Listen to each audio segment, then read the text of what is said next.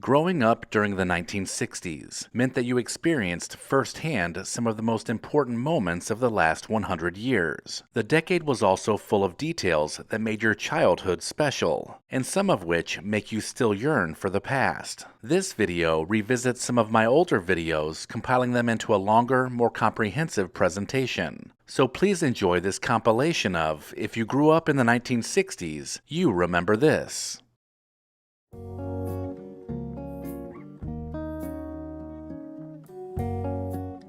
Those of you who grew up during the 1960s most likely remember it as a simpler time, even through all the chaos that made up much of the decade.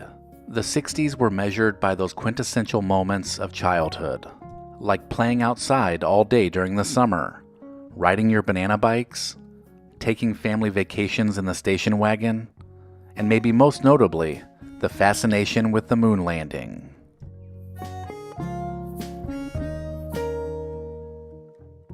Baseball has never been more exciting than it was in 1961, when Roger Maris and Mickey Mantle were in a race to break Babe Ruth's record of 60 home runs in a single season.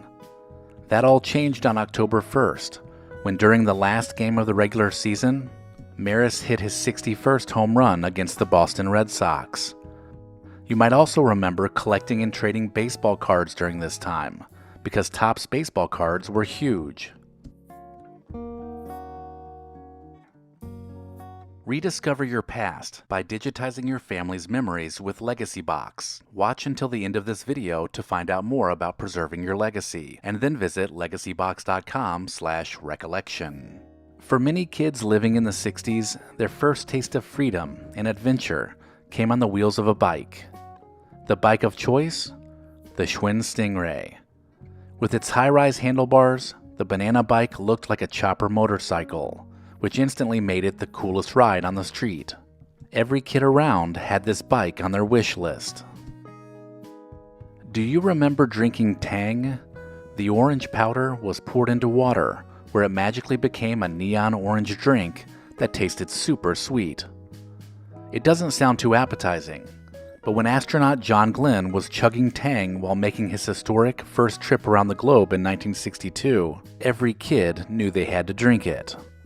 With Tang being the drink of the astronauts, the food of the astronauts was called Space Food Sticks. They were a common lunchbox item, and they had a weird, chewy texture that tasted a little bit like peanut butter.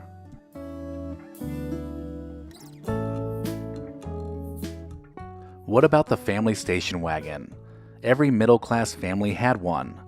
Do you remember going to the drive-in and sprawling out with your siblings in the back?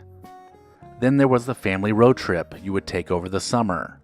And back then, there were no seatbelt laws, so you could actually lie down in the back on long road trips and color, read, or just lounge around.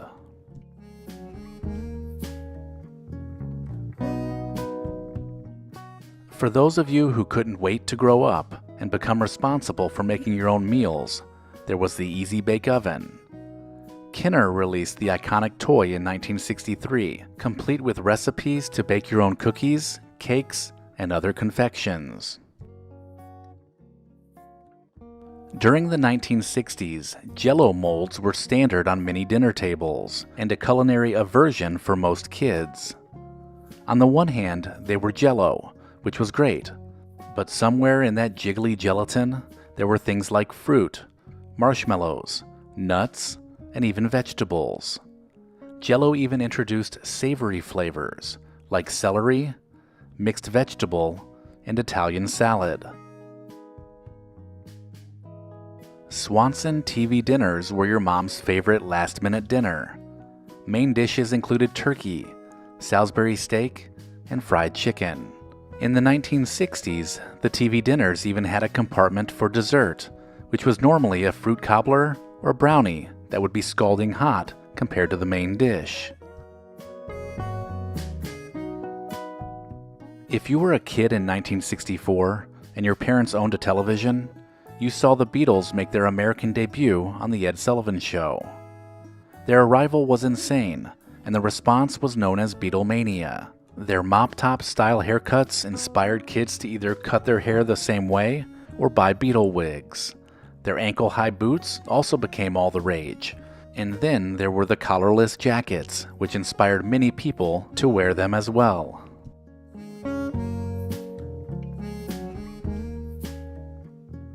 Hosted by Dick Clark, American Bandstand was a must-see television show for every kid growing up in the 1960s. Not only did the show help us discover new artists like Smokey Robinson, Stevie Wonder, Sonny and Cher, and Tina Turner, but it also taught us hot dance crazes like the locomotion, the Watusi, and the mashed potato.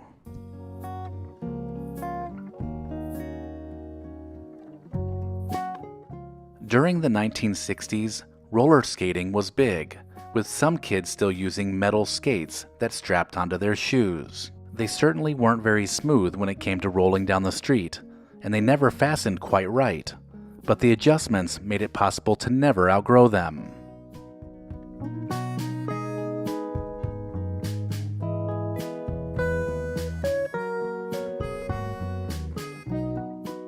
Sea monkeys, a brand name for brine shrimp, were sold as novelty aquarium pets.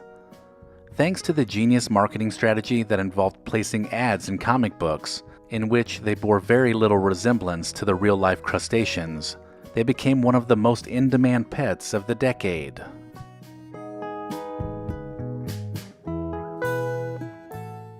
The game that had everyone laughing, and which was usually the centerpiece to every party, was the wildly popular Twister.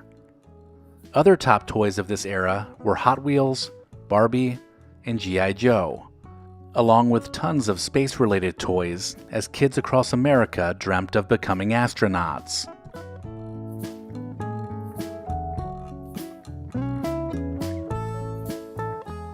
Trolls were also everywhere in the 1960s. They became one of the best-selling toys between 1963 and 1965. Danish fisherman and woodcutter Thomas Dam invented the doll in 1959 for his daughter. It became so popular, his company began producing the plastic dolls, calling them Good Luck Trolls. And once they hit the American marketplace in the 1960s, they were everywhere. The space race was on every kid's mind during the 1960s. We all wanted to grow up and become astronauts. We even watched all the space launches, landings, and re-entries on school televisions.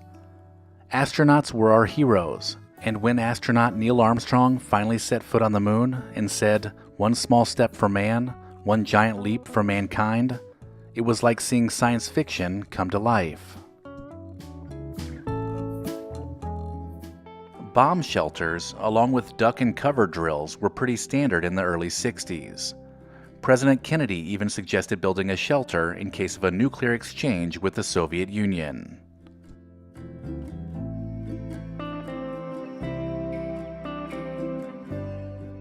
The Twilight Zone, hosted by Rod Serling, was a must-watch for any kid.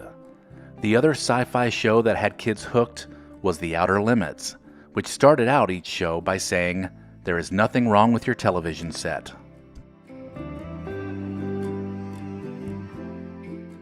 The nightly news of the late 60s was for many a constant reminder of what was going on in Vietnam.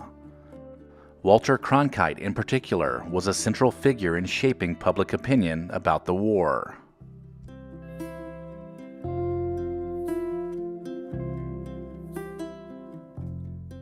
The toys from this period were classic, and kids across the country absolutely loved trying to knock the heads off of the Rock'em Sock'em robots. Another popular toy was Major Matt Mason, an action figure from Mattel that you could bend, but the wire frames would often break at the knee or elbow over time.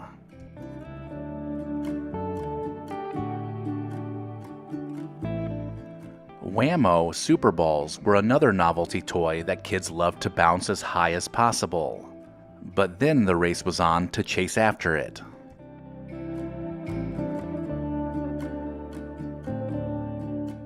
Go-go boots were trendy footwear for young women during the mid-60s.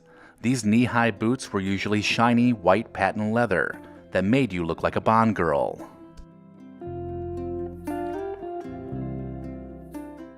The first television show you may have ever watched in color was the animated series The Jetsons on ABC. The show lasted for just 24 episodes, but it made kids wonder about what the future would hold.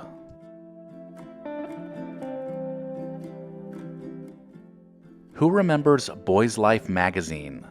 This official scouting magazine was a must-read, and it seemed like every boy growing up in the 60s had a subscription.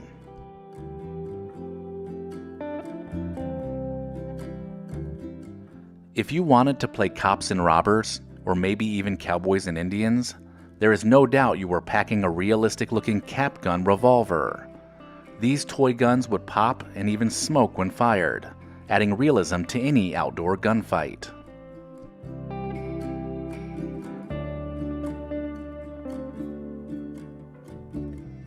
Star Trek was another series that made us wonder not only about space travel, but also life on other planets.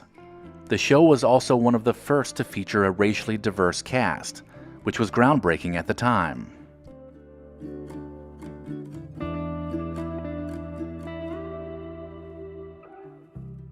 Who didn't love stopping for a meal while traveling the highways of America?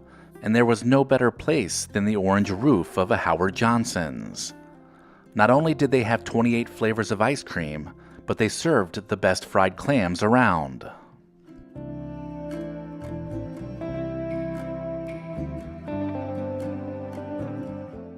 The 1960s Batman television show was a favorite for fans of the Caped Crusader. The comic book style of graphics that were added to fight scenes, along with the cliffhanger endings, made Batman fun to watch.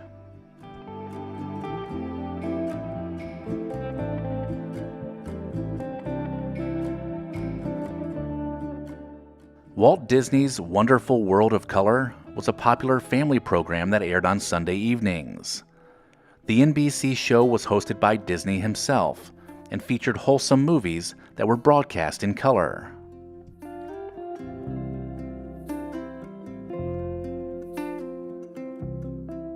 On weekends, you may have tagged along with Dad to a convenience store or drugstore to use the self-service TV tube tester.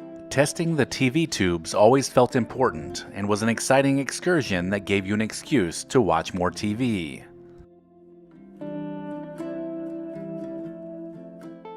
Surfer music took the decade by storm, first by guitarist Dick Dale, and later with the California sound created by the Beach Boys and Jan and Dean.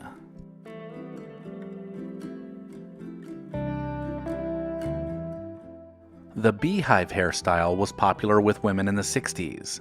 The conical updo was made even more iconic by celebrities of the day.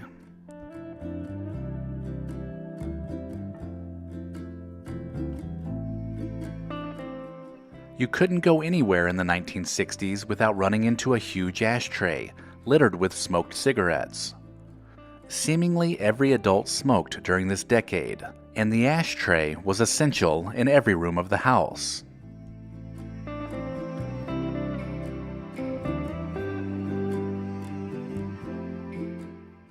Who didn't love cooking up some Jiffy Pop popcorn? The self-popping pan was as entertaining to watch as it was to eat.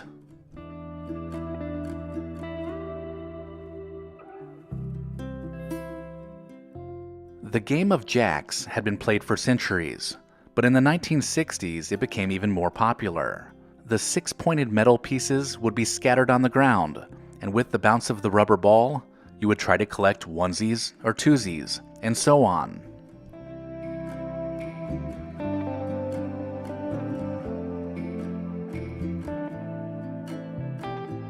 Creepy crawlers was a fun activity to make your own rubberized insects. Not only did you get to pour goop into molds, but it came with a cool mini oven that heated to 350 degrees for curing the creepy crawlers.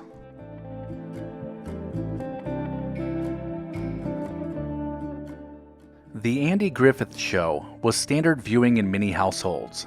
Not only was it funny, but it had a wholesome quality that felt like a time gone by. The colorful cast of characters made the show a favorite for many and would lead to many spin-offs.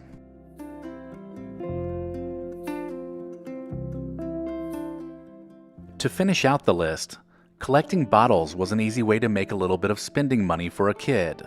So it wasn't unusual to see a radio flyer wagon dragging behind with the sounds of clanging glass, going from door to door.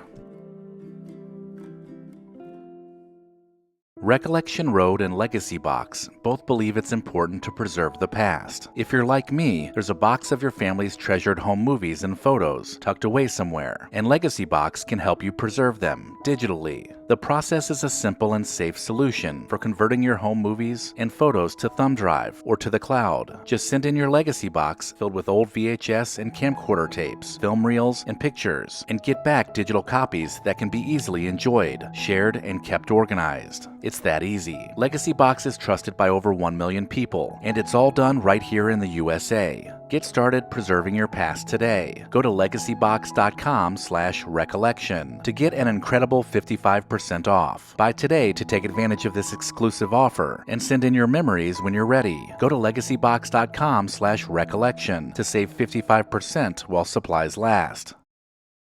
If you enjoyed this video, consider watching the other videos in this series. While you're at it, hit subscribe and share Recollection Road with someone you know. As always, thank you so much for watching.